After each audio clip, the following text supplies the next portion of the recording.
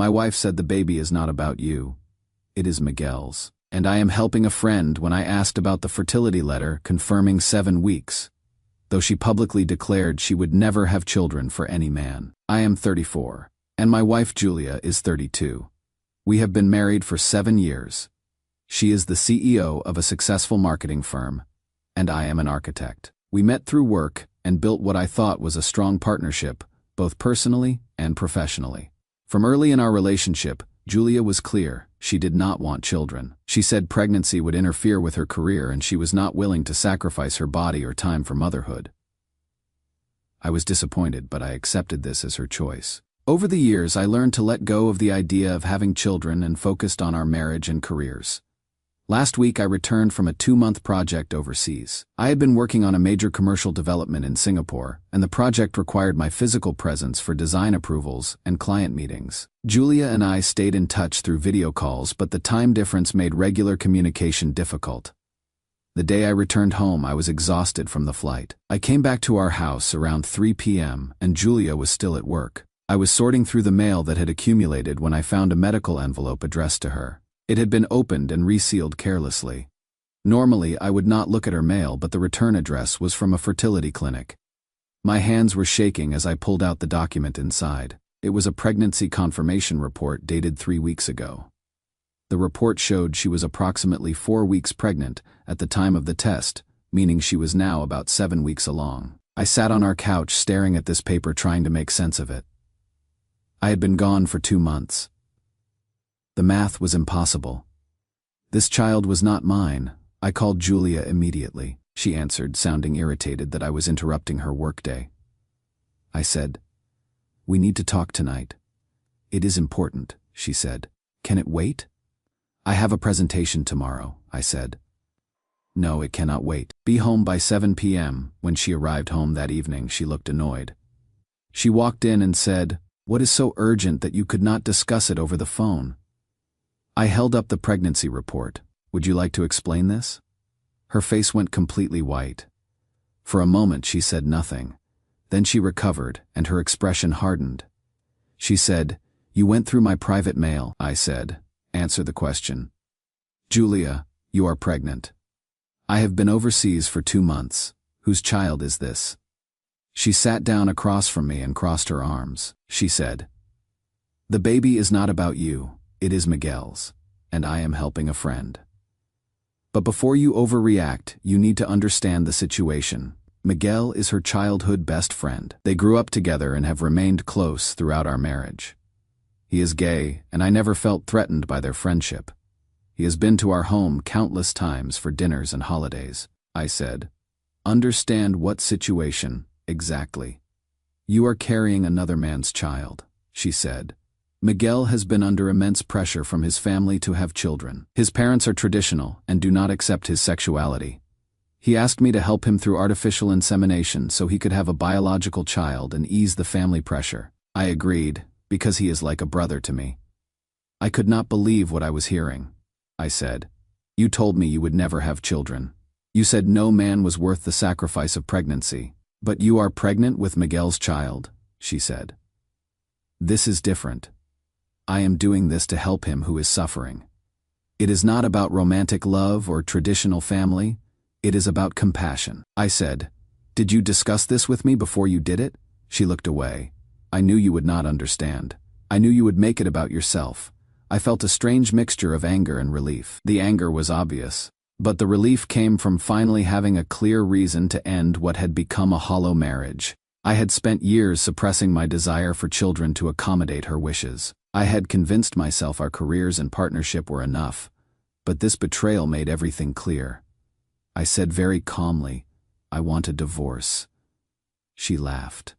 Actually laughed. She said, "You are overreacting. This has nothing to do with our marriage. The baby will be Miguel's responsibility. Nothing changes between us," I said. "Everything has changed. You made a decision that affects both of us without consulting me. You are carrying another man's child while married to me. You violated our marriage in the most fundamental way possible." She stood up and said, "Fernando, you are being dramatic and selfish. This is about helping someone I love. If you cannot understand that, then maybe we do not belong together, I said. Finally, we agree on something. I will have my lawyer contact you. She stared at me like she could not believe I was serious. Then her expression changed to cold contempt. She said, fine. But remember that I am the one with the successful company. I am the one who bought this house before we married. You will leave with nothing. I said, I will leave with my dignity, which is more than you will have. She grabbed her purse and left. I heard her car drive away. I sat alone in our house that suddenly felt like it belonged to a stranger. The next morning, I contacted a divorce attorney and began documenting everything. I made copies of the pregnancy report. I started looking for a new place to live. I felt strangely calm about all of it, like a weight I had been carrying for years was finally lifted. That was 4 days ago. Yesterday, something happened that changed everything. I went to a company dinner for Julia's firm. It was a networking event I had committed to months ago. I considered not going, but I had business contacts there and did not want to appear unprofessional. Julia was giving a speech about work-life balance. Someone from the audience asked her about family planning and career. Her response made me go cold. She smiled and said, I have always been clear about my priorities. I will never have children because no man is worth the pain of carrying a child for 10 months. My career and independence matter more than outdated expectations of motherhood. The room applauded. I sat there frozen. Several people glanced at me with uncomfortable expressions, clearly aware she was married to me. She was publicly declaring she would never have children while secretly already pregnant. I left immediately. When I got home, I found Miguel sitting in my living room. Julia must have given him a key. He stood up when he saw me and said, Fernando, we need to talk about this like adults. I said, get out of my house, he said. Julia told me you are upset, but you need to understand this is not about you. This baby is mine and Julia's gift to me. You are being incredibly selfish, I said. This is my home. Leave now or I will call the police. He looked at me with pity like I was a child having a tantrum. He said, Julia was right about you. You cannot handle when things do not go your way. I walked to the phone and he finally left. I changed the locks that night. I do not know what happens next. I have a lawyer. I have started looking for apartments, but I feel like I am watching my life fall apart, and I am strangely okay with it. Maybe that means I never really had what I thought I had. Am I crazy for divorcing over this? Some part of me wonders if I am overreacting, like she said. Update: the 1st of July. Ia and Miguel have been escalating their attempts to make me the villain. Things at her company have become complicated. It has been 2 weeks since my original post. Thank you to everyone who commented and assured me I was not overreacting. Your perspective helped me stay firm in my decision. The day after I posted, Julia showed up at the apartment I had just rented. I have no idea how she found out where I was staying. She knocked on the door at 9 p.m. When I opened it, she was crying. Actual tears streaming down her face. She said, Fernando, please, we can work through this. I made a mistake not discussing it with you first, but we can fix this. I said, there is nothing to fix. The marriage is over, she said. Think about what you are throwing away. 7 years together. Everything we built. Our life. I said, you threw it away when you decided to have another man's child without telling me. I am just accepting reality. Her tears stopped instantly. Her face hardened and she said, you are going to regret this. I have lawyers better than yours. I have resources you cannot match. You will walk away with nothing. I closed the door without responding. I heard her standing outside for a few minutes before she finally left. The next day, I got a call from my boss. He sounded uncomfortable. He said there had been a complaint filed against me by Julia's company claiming I had shared confidential design plans with their competitors. It was completely fabricated. I had never even seen their marketing plans, but the accusation alone was damaging. My boss said, I do not believe this for a second, but we have to investigate any formal complaint. You are on administrative leave until we sort this out. I knew immediately this was Julia trying to destroy my career. I called my lawyer and we filed a defamation counterclaim. We also subpoenaed her emails and company records related to the false complaint. What we discovered was worse than I imagined. Julia had not told her board of directors about the pregnancy. She had been hiding it with loose clothing and working from home more frequently. But more importantly, we found emails between her and Miguel discussing how to force me out of the house and pressure me to drop the divorce. One email from Miguel said, "If he has no job and no home, he will have to come back to you on your terms. Then you can dictate how the divorce goes if he still wants one." Julia's response was, "I am working on it. Once he is desperate enough, he will see reason." My lawyer said this was evidence of malicious intent and would help our case significantly. But reading those emails made me physically ill. The woman I had spent 7 years with was actively working to destroy my life. Then 3 days ago, the situation exploded publicly. Julia's board of directors found out about the pregnancy. Apparently, one of the board members saw her at the fertility clinic. She was forced to disclose the situation to them. The board was not pleased. Julia had been publicly positioning herself as a champion of women in business, who chose career over family. Her speeches and interviews about work-life balance and female leadership were central to the company's brand. The revelation that she was pregnant contradicted everything she had been saying publicly. More problematic was Miguel's involvement. Miguel had been doing consulting work for Julia's company.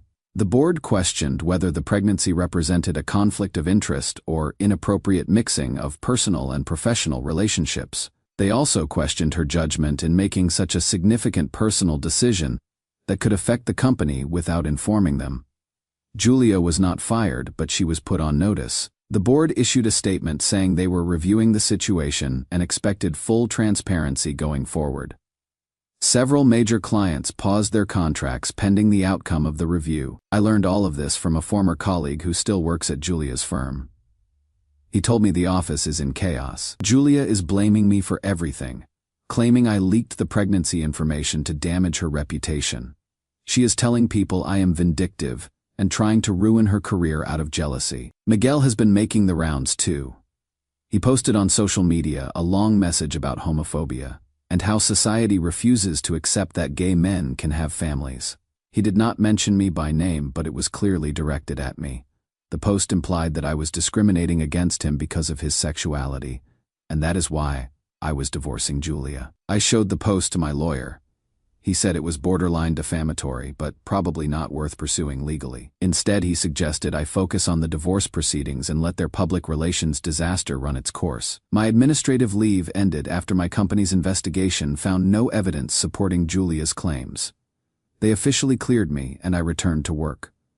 But the damage to my reputation lingered. Some colleagues treated me differently, unsure what to believe. Yesterday, I had my first mediation session for the divorce. Julia showed up with 2 lawyers. My single lawyer looked overwhelmed, but he held his own. Julia demanded I drop all financial claims on the house and waive any right to her retirement accounts. In exchange, she offered me $10,000. My lawyer laughed. He said, "My client contributed to the mortgage for 7 years and paid for major renovations. He is entitled to a fair division of marital assets." "Your offer is insulting," Julia's lawyer said. "Our client provided the down payment and holds the title. Any contributions your client made were essentially rent." We went back and forth for 2 hours. Nothing was resolved. The mediator finally suggested we take a break and reconvene in 2 weeks after both sides had more time to prepare. As we were leaving, Julia pulled me aside. She said quietly, "You know this is killing me, right? Every day of this fight is destroying what we had." I said, "What we had ended when you betrayed me. This is just paperwork now." She said, "I did not betray you. I helped a friend." "Why can you not see that?" I said. "Because you valued your friend's needs over our marriage. You made a choice. Live with it." She looked like she was going to cry again, but I walked away before she could start. I am exhausted. This process is draining financially and emotionally.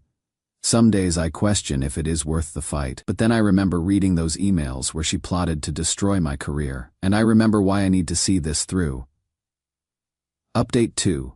The legal battle has taken unexpected turns. Julia's professional reputation has suffered significantly. I am finding my way forward. It has been 6 weeks since my last update. The divorce is still not finalized, but significant progress has been made. More importantly, I am starting to feel like myself again. The mediation sessions continued weekly. Julia's lawyers tried every tactic to minimize my financial settlement. They argued I was not entitled to anything from the house, because it was her premarital property. They claimed my salary had been sufficient to cover my personal expenses, so any money I paid toward the mortgage was voluntary.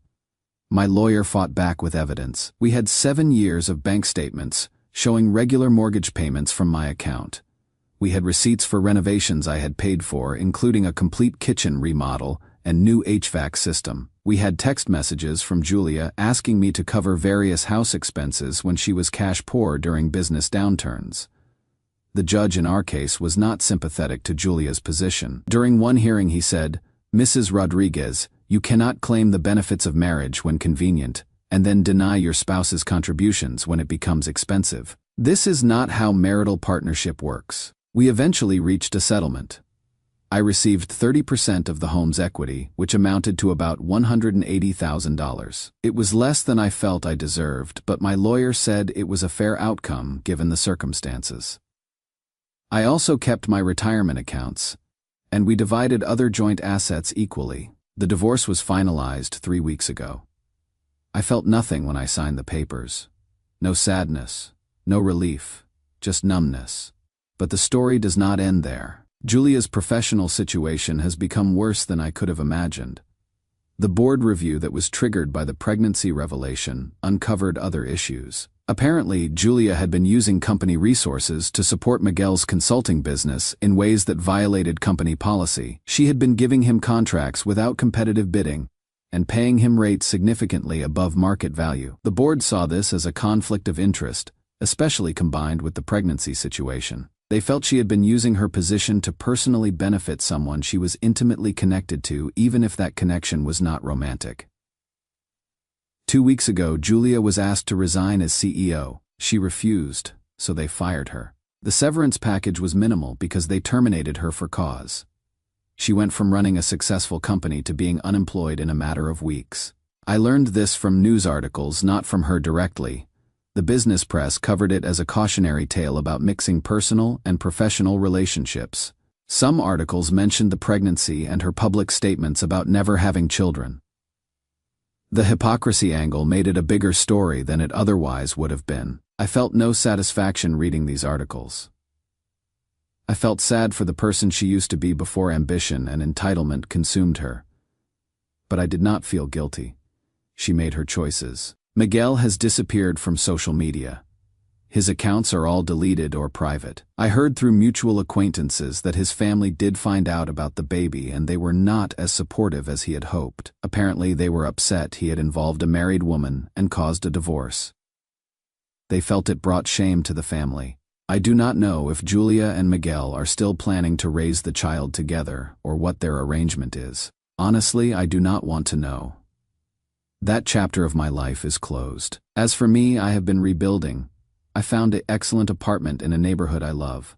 I have been reconnecting with friends I had neglected during my marriage. I started going to therapy to process everything that happened.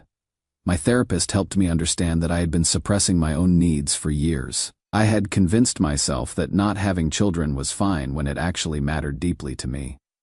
I had accepted Julia's career ambitions taking priority over everything, including our relationship. I had made myself small to accommodate her.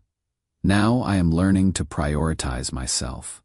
I am learning that my needs and desires are valid. I am learning that compromise in a relationship should be mutual, not one-sided.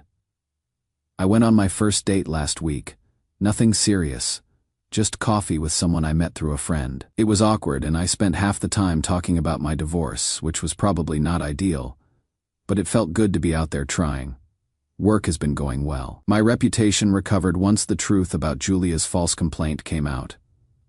I got assigned to a major project designing a new cultural center. It is the kind of work I love, and it has been consuming my time in the best way possible. Some people have asked if I have any regrets. The truth is, I regret not leaving sooner. I regret wasting years in a marriage where I was not truly valued, but I do not regret standing up for myself when I finally did.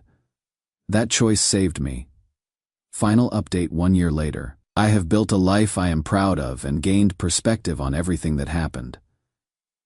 It has been a full year since I discovered Julia's pregnancy and filed for divorce. I did not plan to post again, but several people reached out asking for a final update, so I wanted to provide closure. Julia had the baby 6 months ago. I only know this because I ran into a mutual friend who told me it was a boy. From what I understand, Julia is raising him as a single mother. Miguel is involved, but they are not living together. Apparently, the co-parenting arrangement has been difficult. They are both struggling with the reality of raising a child, which is not as simple as they imagined. Julia has not returned to the corporate world. She started a small consulting business working from home. From what I hear, she is barely making enough to cover her expenses. The house she fought so hard to keep is up for sale. She cannot afford the mortgage without her CEO's salary. I feel no satisfaction knowing this. I do not celebrate her struggles. I just feel a distant sadness for someone who had everything and destroyed it through arrogance and poor choices. As for me, my life has transformed in ways I could not have imagined. The first few months after the divorce were difficult. There were nights I questioned whether I had made the right choice, and moments I felt the weight of starting over at 34. But slowly things began to shift. I continued therapy, and it became the foundation of my healing. My therapist helped me understand that I had been operating from a place of scarcity in my marriage. I was so afraid of losing Julia that I accepted treatment I should never have tolerated. I had tied my self-worth to the marriage, and when Julia dismissed my feelings, I internalized the message that I was not important.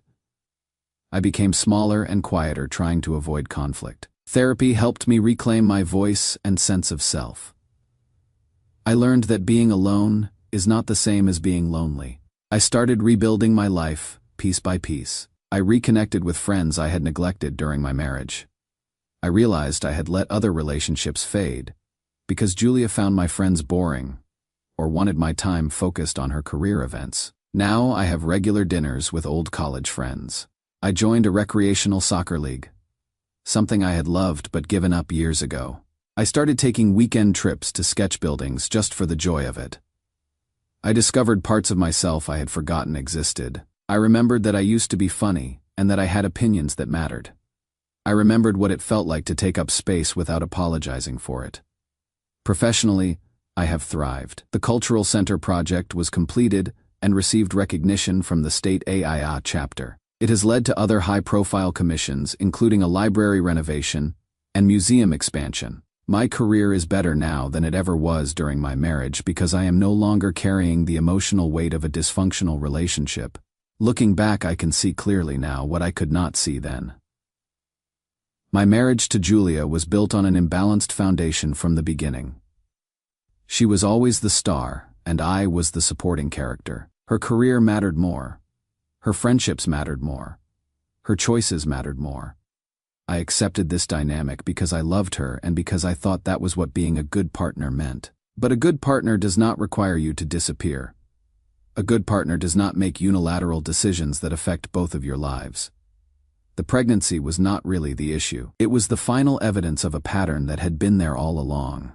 Julia believed she was entitled to do whatever she wanted regardless of how it affected me. She believed I would always be there no matter what she did because I had trained her to believe that through years of accepting unacceptable behavior. When I finally saw that pattern clearly, it was not even a difficult decision to leave.